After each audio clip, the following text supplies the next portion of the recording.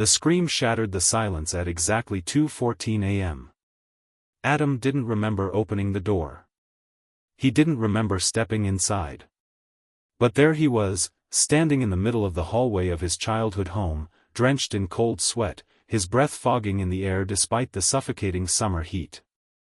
The sound had pulled him from the gravel road that led through the woods and up to the old farmhouse. He hadn't planned on coming here. Not tonight. Not ever, if he could help it. But something, some instinct buried deep inside, had made him take that last-minute detour.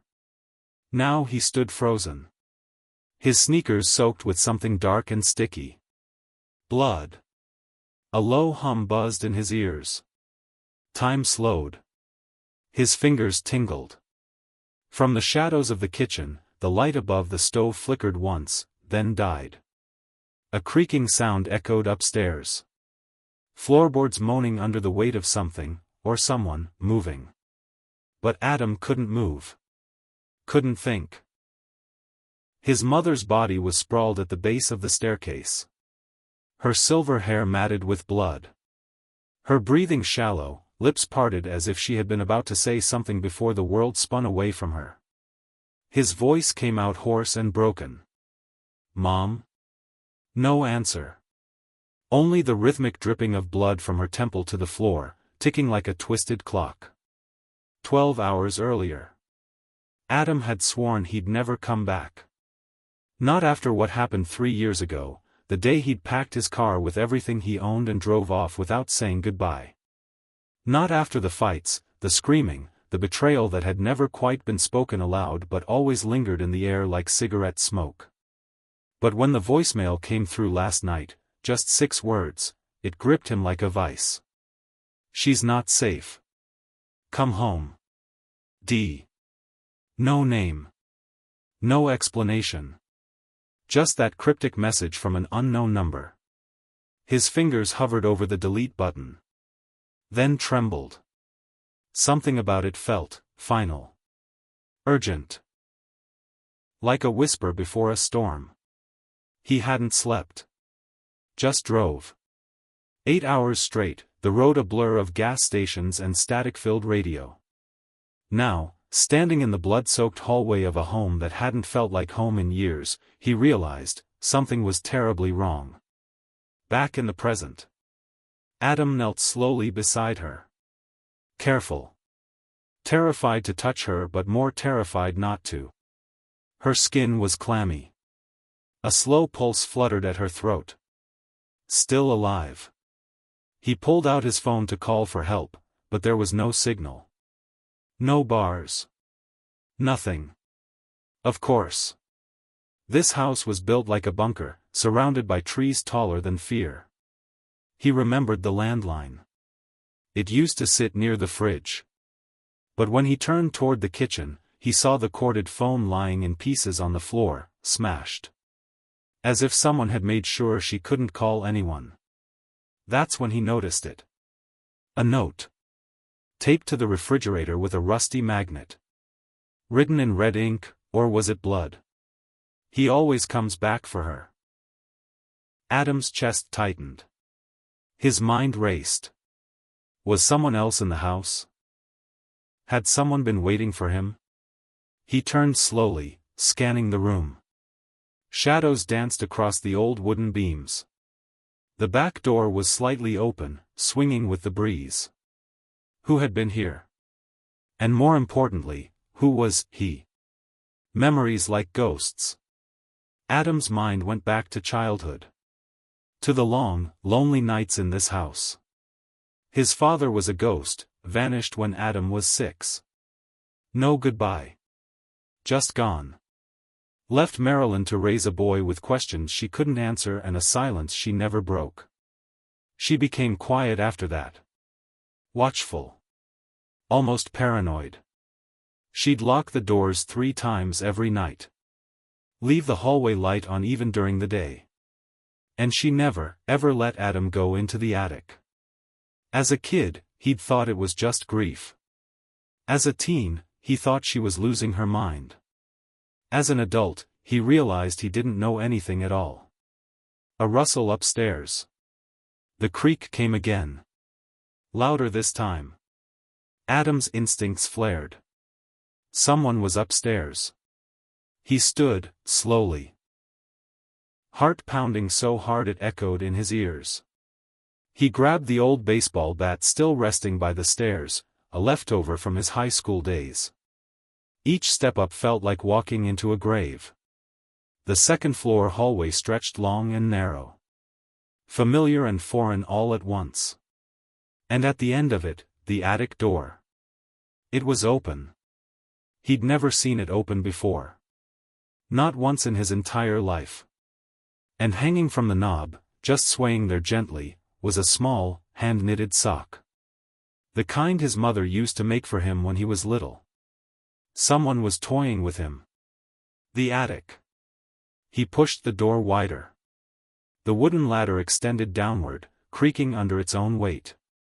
The attic above was pitch black, except for a single beam of moonlight that filtered through a broken windowpane. Adam climbed. The air was thick. Musty. The smell of old books, mothballs, and something metallic. He stepped onto the wooden floor and paused. Something was scrawled on the attic wall in large, red letters. She hid it here. His breath caught in his throat. There, in the corner beneath a pile of dusty quilts, was a box. An old trunk, padlocked shut. But next to it, something else. A stack of photographs. Faded. Torn at the edges. He picked up the top photo. It was a picture of a boy. Him. But it wasn't just him in the photo. It was another man standing behind him. His face was scratched out with something sharp. Violent. Adam stumbled back. The house groaned beneath his feet. And suddenly, from behind him, a whisper. You were never supposed to come back. The whisper was so close it felt like breath on the back of his neck. Adam spun around, heart hammering, the wooden floor of the attic creaking under his weight. But no one was there. Only shadows. Dust particles swirling in the shaft of moonlight. Silence pressed in again, thick and unnatural. Even the breeze outside seemed to vanish, leaving the house cocooned in dead air. Adam backed away, gripping the old baseball bat tighter in his hand. His eyes scanned every corner. Every piece of covered furniture, every stack of boxes. Nothing moved.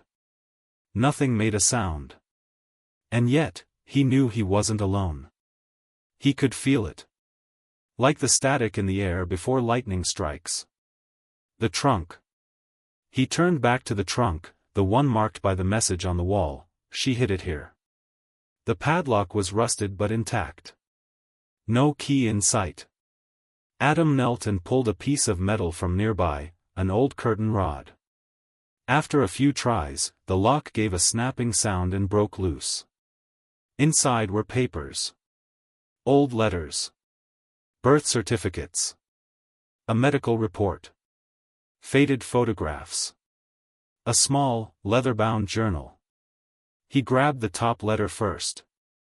It was dated October 17, 1998, 3 years before Adam was born. It read, Marilyn. You don't know me, but I know who you are. He's coming for the boy. Don't trust the man in the mirror. Destroy this letter when you're done. D. Adam read it twice. Then again. His hands began to shake. The man in the mirror? He remembered, as a child, his mother covering mirrors during thunderstorms. She'd say it was, to keep the lightning out. He thought it was just one of her quirks. But now, he wasn't so sure. He reached for the journal. The journal. The handwriting was unmistakably his mother's. Tight, slanted letters. Written with urgency. July 4, 2005. He came again today. I saw him in the woods, watching from the edge, just beyond the fence. I didn't let Adam see. I told him it was a deer. But it wasn't. July 18, 2006.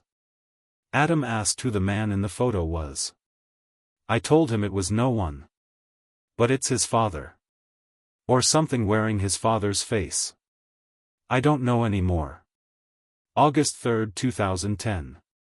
The attic is the only safe place. He can't come here. Not yet. March 9, 2015. Adam said he saw someone in the mirror behind him. Smiling. Adam's vision blurred. His mind reeled. Had his mother been losing her grip on reality? Or had she been trying to protect him from something real? He slammed the journal shut, suddenly feeling like the walls were closing in. Back downstairs. Adam climbed down from the attic and crept down the hallway. Every step felt louder than it should have. The stair railing was sticky. Blood. From earlier. His mother was still unconscious, but breathing. He wrapped a dish towel around her head to stop the bleeding. She didn't stir. The night felt longer than any he'd ever known. There was no signal. The landline was smashed. And he didn't dare leave her alone to go looking for help. Instead, he dragged a chair into the hallway and sat beside her. He stayed there for hours. Until the sound came again. 3 knocks on the front door. Not loud. Not frantic. Just calm. Measured. Knock. Knock. Knock. Adam stood slowly. He reached the door but didn't open it. "Who is it?" he called, voice rough. Silence. He peered through the peephole. Nobody was there. Just the night. The empty porch. And then, a shadow moved. Fast. To the left. Toward the woods. Adam stepped back, every muscle in his body frozen. Morning comes. At sunrise, his mother finally stirred. Her eyes fluttered open, unfocused. Her lips moved, dry and cracked. He leaned in. "Mom?" She blinked at him. Slowly. Then her eyes widened. "Get out," she whispered. "What?" Her hand clutched his wrist, weak but fierce. "He knows you're here. He's watching. You brought him back." "Who, Mom? Who is watching?" But she shook her head, eyes filling with tears. "You were never supposed to come back." Adam felt like the floor beneath him tilted. "You need to rest. You've been hurt." "There's no time," she said, more urgently. "The letters, did you find the letters?" "I found a letter. From someone named D." "Who is that?" Her lips parted as if to speak, but her body convulsed instead. He grabbed the phone again. Still no service. He had to get help. "I'm coming right back," he said, pulling a blanket over her. "I promise. I'm just going into town." But as he stepped outside, something caught his eye. At the edge of the trees. A man. Still. Silent. Wearing a wide-brimmed hat. Adam blinked. The man was gone. The drive into town. The drive to the nearest town was 20 minutes. He watched the rearview mirror the entire time. When he finally reached the gas station, he ran inside and asked for help. The clerk called 911. A medic was sent to the house. Police too. Adam followed them back, anxiety twisting in his chest. But when they got there, the house was empty. No sign of Marilyn. No blood. No note. No smashed phone. Nothing. The police searched the house twice. Found nothing unusual. Told Adam it looked like no one had lived there for months. He showed them the attic. The trunk was gone. The journal, gone. Even the baseball bat he'd left leaning against the wall was missing. "Are you sure you weren't dreaming?" one officer asked. "People see strange things when they're overtired." Adam didn't answer. Because something else had changed. The photo he'd taken from the attic, the one of him and the scratched-out man, was now whole again. No scratches. Just a man. Smiling. And Adam recognized the eyes. Because they were his own. Later that night, back at the motel, Adam couldn't sleep. He kept staring at the photo. At the man beside him. The resemblance was undeniable. But Adam had no memory of that day. No idea where the photo was taken. Suddenly, he remembered something. The journal had mentioned the name Dee. And the voicemail he received said, "She's not safe. Come home. Dee." He opened his laptop and searched every corner of the internet. Old emails. Family connections. Nothing. Until he found a forum post from 2014. A thread titled, "The Man Who Follows Bloodlines, Stay Away from Mirrors." Posted by D.Crow. It read, "If you've seen him, it's already too late. He doesn't age. He doesn't bleed. He appears only in reflections. He attaches to families. One child per generation. Don't trust your memories. They're not all yours. D.Crow." Adam scrolled further. One reply. Just a single sentence. "I saw him in the mirror behind my son. He smiled." Adam stared at the screen long after the forum post faded to black. His hand hovered over the mouse, as if afraid to click again. The words pulsed in his brain like a second heartbeat. Don't trust your memories. They're not all yours. The motel room around him was silent, sterile, a cheap nightstand, flickering TV, and cracked wallpaper that curled near the floor. But to Adam, it felt like a cage. Every reflection, from the TV screen, the mirror above the sink, even the dark glass of the window, felt like a pair of watching eyes. He pulled the curtains shut. He didn't sleep. He couldn't. The next morning. By sunrise, Adam had made a plan. First, find D.Crow. Whoever that was, they seemed to know about the man in the mirror, and maybe about his mother, too. The forum where he'd found the post was dead. The domain expired. No cached pages, no user profiles. Almost like it had never existed. But one detail stood out. In the forum's footer was a logo, a crow perched on a mirror frame, with a Latin phrase beneath it. Meminus non licet. He copied the phrase into a translation site. It is not permitted to remember. His chest tightened. He clicked through old caches and image archives. One link eventually brought up a business registration, 10 years old, for something called Crow's Eye Restoration Services, listed in a town about 80 miles away, Ash Hollow. Adam packed his bag and left the motel without checking out. The town of Ash Hollow. Ash Hollow was a strange place. A small logging town tucked deep into the hills, shrouded in perpetual fog.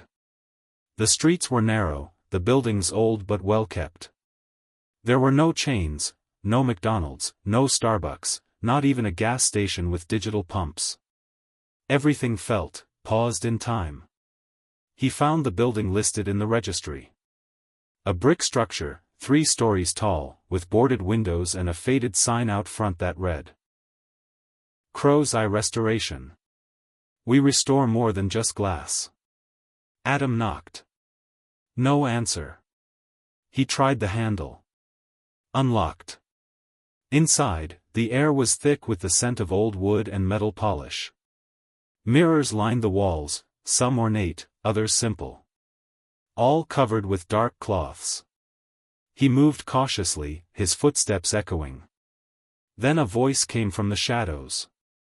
"You shouldn't have come here." Adam spun. An old man stepped out of the back room.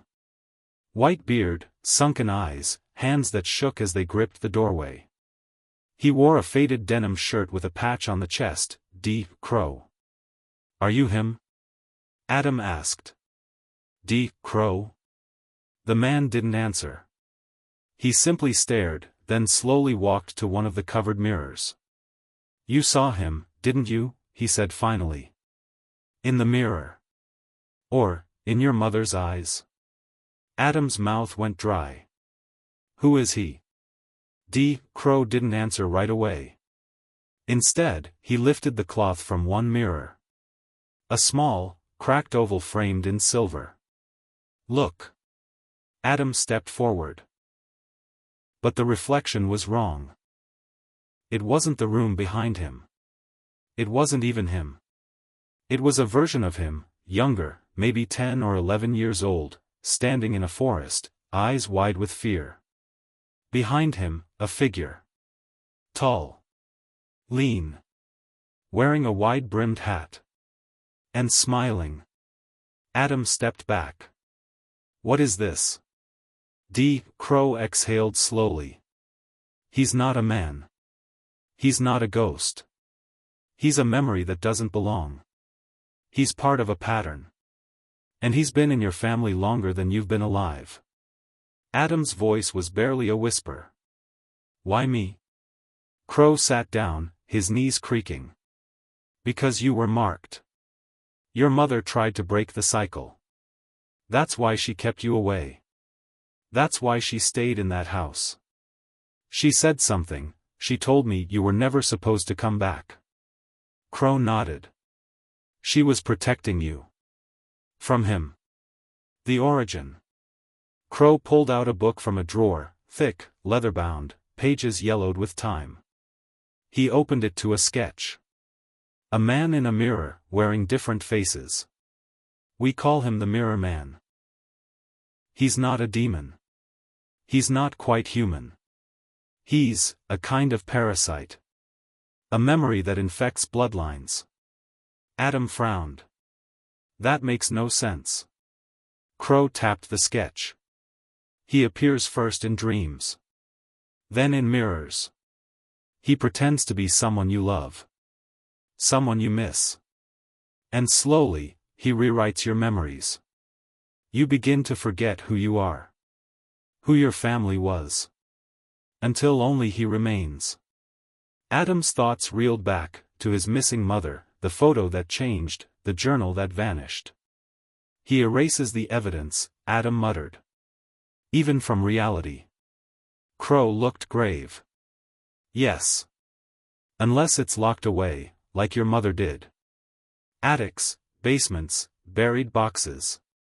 He can't reach what's hidden from memory. Adam stepped back, feeling like his chest was too tight to breathe. So what do I do now? Crow handed him a small mirror, hand-sized, pocketable, wrapped in black velvet. Go back, he said. Find her. Before he takes her completely. And when you face him, don't believe anything he shows you. Not faces. Not voices. Not even yourself. The return to the farmhouse. The drive back was faster than Adam remembered.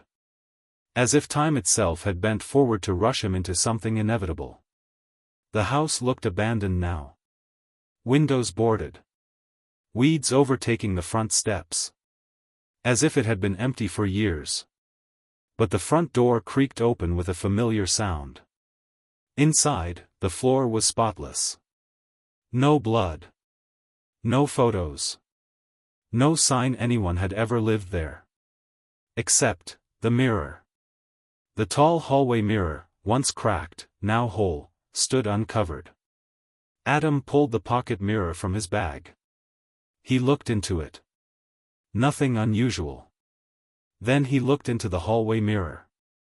And there he was. The man. Same hat. Same grin.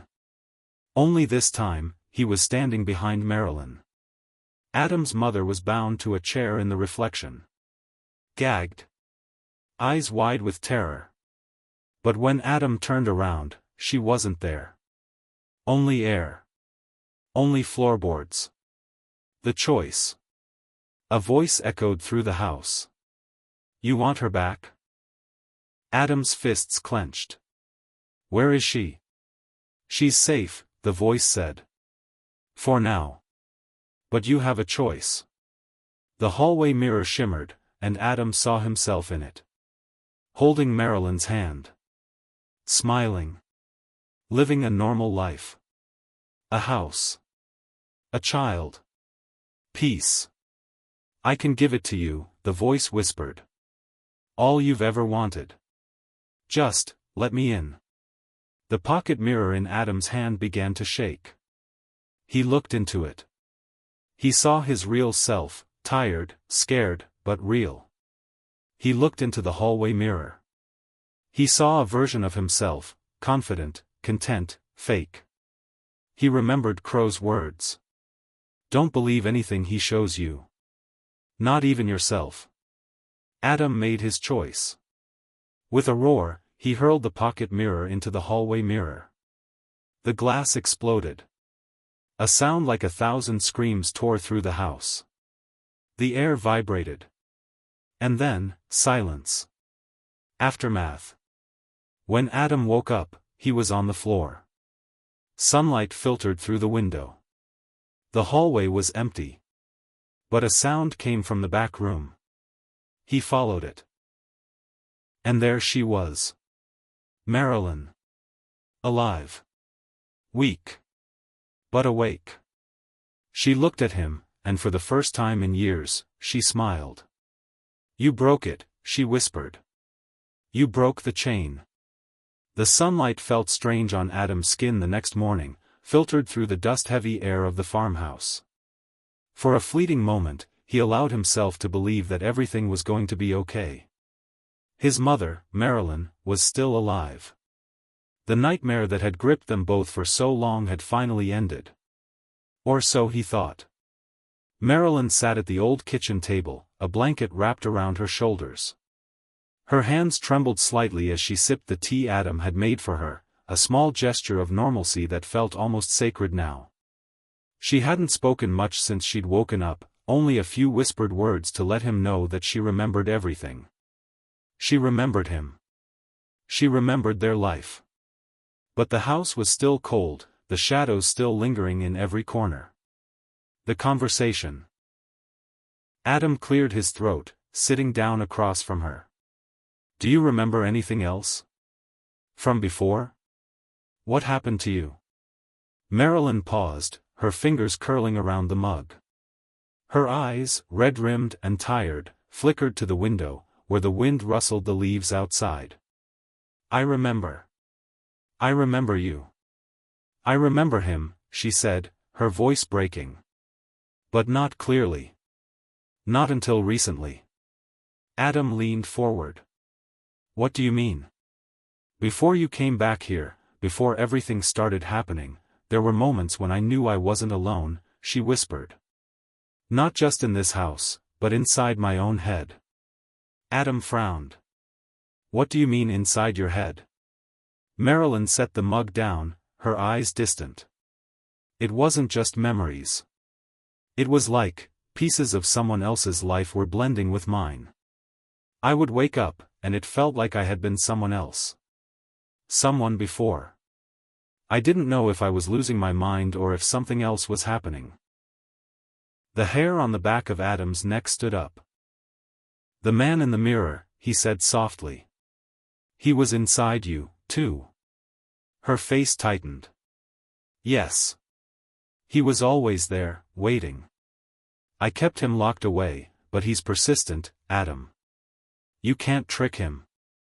He finds a way in, no matter what. Adam swallowed hard, trying to grasp the weight of her words. He thought he had destroyed the mirror man when he shattered that mirror. But now it was clear. There was more to the story than he could have imagined. The thing in the mirror had left a mark on Marilyn, a deep imprint in her mind that went beyond physical reality. It had infected her memories, her very sense of self. He tried to keep his voice steady. Is there anything you can remember about how he started? Marilyn closed her eyes, as if the effort to recall was painful. It started long before you were born. There were always whispers. My mother warned me about it. She never spoke directly, but I could see it in her eyes. She'd glance at the mirror, and sometimes, she wouldn't come out for hours. She was trying to figure out how to end it. But she couldn't. I think that's why she left. I think she was trying to protect me from something she couldn't explain. Adam felt a wave of sadness wash over him. His grandmother. His mother had never talked much about her. Now it made sense. She had been fighting the same battle, a war of isolation, memories, and fear. The discovery. Adam spent the rest of the day combing through the house, trying to find something, anything, that would explain more about what his mother had been through. The more he searched, the more questions piled up. Old boxes of clothes. Faded photographs of Marilyn with other family members he didn't recognize. Notes that seemed to be written in a code he couldn't decipher. But it wasn't until he reached the attic again that something caught his eye. A small door in the far corner, barely noticeable, hidden behind an old wardrobe. He had passed by it earlier but never thought to open it. But now, with his heart racing, he moved toward it. His hands trembled as he turned the rusted knob. It creaked open, revealing a small, dusty room that smelled faintly of mildew. There was an old trunk in the corner, covered in cobwebs. Adam hesitated, wondering if he was opening a door to more secrets that were better left untouched. But he couldn't shake the feeling that something important was hidden in here. He lifted the trunk lid, and immediately, a chill ran down his spine. Inside were old letters, yellowed with age, tied together with twine. Each one had the same name on the front, Marilyn Crowe. His grandmother's name. Adam flipped through them, the handwriting familiar, but the words strange. My dear, if you're reading this, then you found the key. He's always watching. The mirror man. He'll never stop. But you must never let him inside. Not your mind. Not your memories. And never your soul. The letters were full of warnings. Cryptic instructions on how to seal the mirrors in the house, how to bury them far away if necessary. The deeper Adam read, the more he felt the weight of the curse his family had carried for generations. The man in the mirror returns. The evening passed quietly, but Adam could feel the tension in the air. His mother had gone to bed early, exhaustion finally taking its toll. Adam sat in the kitchen, staring at the letters, trying to make sense of them. It was then he heard it again. A whisper. At first, he thought it was his mind playing tricks on him, the echoes of the past blending with the present. But no. The whisper came again. He stood up, his heart racing, every instinct telling him to run. But he couldn't. Not this time. Not when the truth was so close. He crept through the house, his footsteps muffled against the old wooden floor. He reached the hallway and froze. The mirror. The tall, polished mirror that had once been shattered lay whole again. Its reflection rippled like water. And in the glass, he saw himself. But not himself. The man in the mirror stood tall behind him, grinning. His eyes, his own eyes, stared back at him. And beside him stood someone else. Marilyn. But this wasn't his mother as he remembered her. She was younger, full of life, her hair bright, her face filled with joy. Her hands were intertwined with the mirror man's. She was smiling. It felt wrong. Like a sick, twisted version of reality. Adam staggered back. The mirror seemed to pulse, drawing him in. You never should have shattered it, Adam, a voice whispered from behind. But it doesn't matter. I'll always find a way in. Adam's breath caught in his throat. No. I broke you. I ended you. The man in the mirror's grin widened. You can break the glass, Adam. But you can't break the cycle. The reflection flickered. Marilyn's smile faded, replaced by something else. A darker, older version of her face. Her eyes turned black. Adam screamed. He turned to run but was stopped by the sharp pressure of something cold pressing against his chest. He looked down. The mirror man's hand was there. Reaching out. The final confrontation. Adam slammed backward, crashing into the kitchen table. The mirror continued to ripple, distorting the world around him. He felt something tightening around his chest, suffocating him, pulling him closer to the glass. The cycle. The words echoed in his mind. The mirror man had never been defeated. He had never been trapped. He had simply been pushed into the mirrors, where he waited. Watching. Biding his time. And now, Adam realized the truth. It wasn't just the mirrors that kept him at bay. It was the family. Marilyn had done what she could, hiding the truth from Adam for as long as she could. But now, the mirror man had found a way in again. And this time, there would be no running. The glass began to ripple again. And this time, it wasn't just Marilyn's reflection staring back. It was him. Adam felt the cold fingers wrap around his arm. The grip of cold fingers tightened around Adam's arm as he stared into the mirror. His breath came in shallow gasps, his heartbeat thundering in his ears. He wanted to run, to escape, but he knew that the man in the reflection wasn't just a part of the mirror, it was a part of him. A part of everything that had been lost, twisted, and forgotten. "You can't escape, Adam," the mirror man's voice echoed, low and insidious. It seeped into his mind, wrapping around his thoughts like a suffocating fog. "You've tried so hard. But the cycle is never ending. You should have known. It's been here, inside of you, all along." Adam's eyes flickered to his mother, sitting behind him. She was staring at the mirror now, her face pale and drawn. Her expression was a mixture of fear and resignation, as if she, too, had finally realized the truth.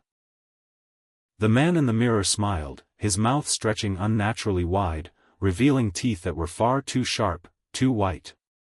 He stepped forward, his reflection merging with Adam's own as if they were one and the same.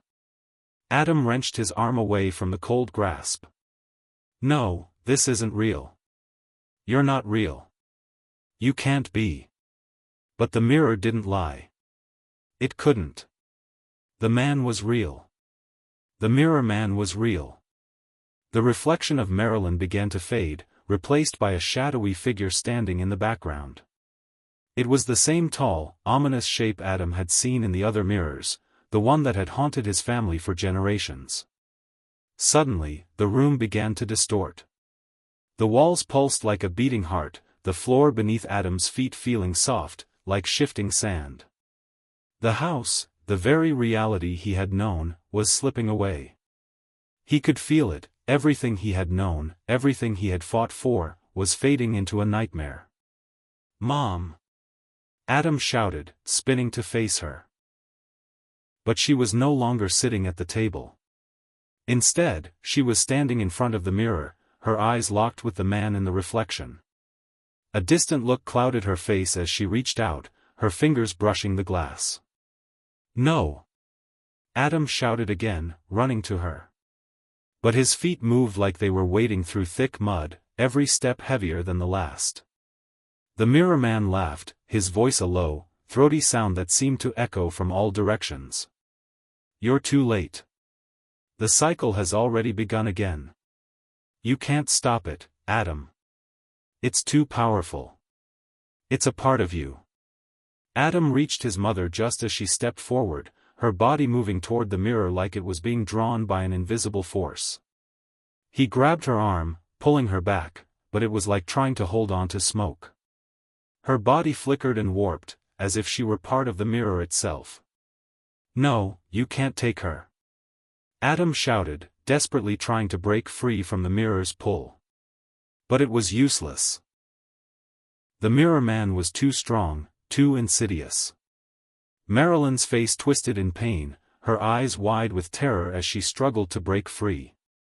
"I'm sorry, Adam," she whispered, her voice barely a breath. "I couldn't stop it. I tried. I tried so hard." Tears filled Adam's eyes. "No. You didn't do this, Mom. This is me. I'm the one who brought us here. I shattered the mirror. I thought it was over." But the mirror man was laughing again. His voice filled the space, drowning out everything else. "You can't break the cycle, Adam. You never could. Not without paying the price." Adam's heart dropped as the realization hit him. He'd been so focused on defeating the mirror man, so consumed with the idea of breaking the curse, that he hadn't truly understood the cost. He'd been warned, over and over again. You can never break the cycle without paying the price. And now it was time to face that price. The price of freedom. Adam stumbled backward, horrified. The mirror man's voice continued to swirl around him, drowning him in an ocean of fear. "Do you know what the price is, Adam? Do you understand the cost of your actions?" The mirror man asked, his voice dripping with malice. Adam's breath caught in his throat. "What do you want?" The figure in the mirror smirked. "What I want is simple. I want everything that belongs to me. And you," he pointed a long, bony finger at Adam. "You are the key to unlocking the door." Adam felt a cold, overwhelming sensation of dread wash over him, spreading from his chest to his limbs. The mirror man's presence was suffocating, filling every inch of the room with his malevolent energy. The room twisted again, warping and distorting like a nightmare come to life. Adam's mind raced as he searched for a way out, but there was no escape. The mirror man had him trapped in a web of reality and illusion, and there was nothing he could do to break free. Suddenly, a new voice cut through the haze. It was Marilyn's, weak and trembling. "Adam, listen to me," she cried. "You have to remember what he said. You can never break the cycle without paying the price. You can't fight him like this. You need to make a choice." Adam turned to his mother, his heart breaking as he saw the pain and fear in her eyes. He knew what she meant. She had been fighting this curse for so long, and now it was his turn to face the consequences of breaking it. "You're right," Adam whispered, his voice barely audible. "I can't undo what's been done." Marilyn took a deep breath, her voice steady despite the terror. "The only way to break the cycle is to give him what he wants. Sacrifice. You must be willing to give up something. Something precious." Adam's mind raced as the mirror man's laughter echoed in his ears. He couldn't stand the thought of losing everything. But he realized, in that moment, that he had no choice. The mirror man was too powerful. He couldn't fight him alone. "Tell me what I have to do," Adam said, his voice shaking. Marilyn's eyes softened as she looked at her son. "You must offer him a part of yourself. A memory. A piece of your soul. It's the only way to end this." Adam felt his stomach churn. He didn't want to give anything up, not after everything he had fought for. But deep down, he knew that there was no other way. The mirror man wouldn't stop until he had everything.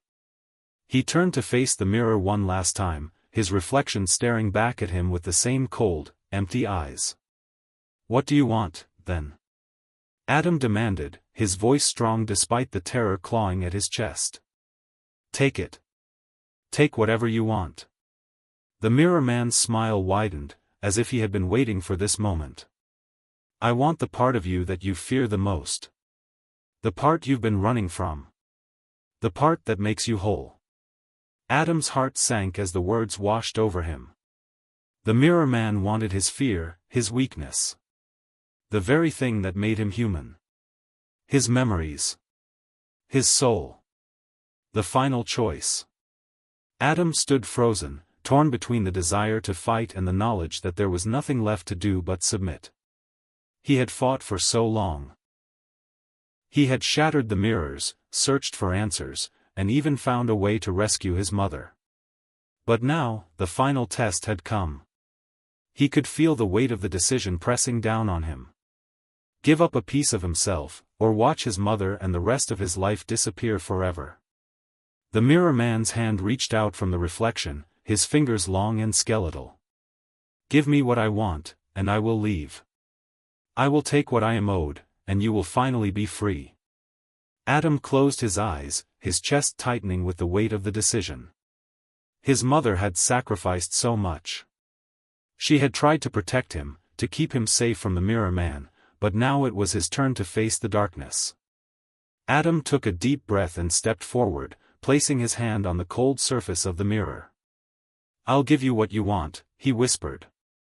But promise me one thing. The mirror man's eyes gleamed with anticipation. What is it, Adam? Promise me you'll leave my mother alone. Promise me you'll let her live. The mirror man's grin stretched wider. You have my word. Adam nodded, his heart heavy with sorrow. He closed his eyes and reached deep into his memories, grasping for the one thing that he feared the most. The one thing that made him whole. He offered it up. And the mirror cracked. The crack that spread across the surface of the mirror felt like a death sentence to Adam. It wasn't just a simple fracture, it was the shattering of everything he had believed in, everything he had worked for. The mirror man's grin twisted into something darker as the reflection of his own face began to dissolve, fragmenting into jagged pieces like shards of glass. The room seemed to pulse with a strange energy, the atmosphere thick with the impending doom that hovered in the air.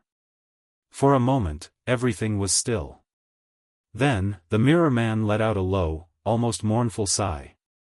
You've done it, Adam. You've given me what I wanted. Your deepest fear. Your weakest memory. Adam felt the blood drain from his face. His breath came in short, ragged gasps, his heart pounding in his chest. He had given the mirror man what he desired, his deepest, most painful memory. The fear that had haunted him since childhood, the guilt of not having been there when his father died. The feeling of abandonment. Of failure. The crushing weight of being left alone in the dark. He had given it all up. And now, in return, the mirror was breaking. But the mirror man had promised. He had promised to leave his mother alone. And Adam clung to that promise, hoping beyond reason that he had made the right choice. The glass of the mirror shattered completely, sending shards scattering across the floor like sparkling daggers. The room grew darker, and the air around Adam grew heavier, as if something was being taken from him. But it wasn't just the mirror that was vanishing. Everything was starting to disappear. The price of freedom. Mom! Adam called out, his voice desperate. He turned around to see if his mother was still in the room. But to his horror, she was gone. The space where she had been standing was empty. There was no sign of her, no trace of her presence. Mom! Adam shouted again, his voice cracking. He ran to the door, throwing it open, but there was nothing, only empty hallways, dark corners, and the oppressive silence that had begun to fill the house. The light that had been there just moments before was gone, replaced by an inky blackness that seemed to close in on him, swallowing everything whole. Where is she? Adam whispered to himself. Where did she go? As he stumbled through the house, he felt a growing sense of dread creeping into his bones. The mirror had shattered. The mirror man had taken what he wanted. And now, in return, everything was slipping through Adam's fingers like sand. He paused in the center of the living room, trying to gather his thoughts. He had done what the mirror man wanted. He had given up the fear, the guilt, the memories. But he hadn't thought about the cost. What had he truly given away? And what had the mirror man taken in exchange for his freedom? The realization hit him like a punch to the gut. It wasn't just memories that had been taken. It wasn't just the mirror man's victory over his fear. It was his mother. The mirror man's bargain. Adam collapsed to his knees, the weight of the truth crashing down on him. He had thought he was saving her, that his sacrifice would be enough to break the curse, to free them both from the grip of the mirror man. But he had been wrong. The price of breaking the cycle wasn't just a memory. It wasn't just a piece of his soul. It was his mother's life. And now, she was gone. A cold laugh echoed in the darkness. Adam looked up, his eyes burning with tears. The mirror man stood before him, his form emerging from the shattered remains of the mirror. He was no longer just a reflection. He was real. The darkness had birthed him into existence. "You see, Adam," the mirror man said, his voice low and cruel. "You never could break the cycle without paying the price. You thought you were clever, that your sacrifice would be enough to save her. But you didn't understand the rules. You gave me what I wanted, but you didn't consider what it would cost." Adam's chest tightened with fury and grief. "You promised me." "Promises are just illusions, my dear boy," the mirror man interrupted, his grin widening. "I didn't lie to you. I simply gave you the illusion of a choice. I gave you the illusion of freedom. But in the end, you were always going to lose. You're just like everyone before you. A fool. A pawn." Adam's blood boiled. "You're a monster." The mirror man's expression darkened. "And you are the one who made me real. You brought me into this world. I am your fear, Adam. I am your guilt. I am everything you have buried inside yourself." He stepped closer, his presence suffocating. Adam could feel the cold emanating from him, a chill that gnawed at his soul. "You were never going to break free from me," the mirror man continued. "You thought you could defy me, but in doing so, you sealed your fate. And now, you will pay for your arrogance." Adam shook his head, trying to back away. "No. You can't have her. You promised." The mirror man's eyes glinted with cruel amusement. "I did promise. But I never said who would pay the price."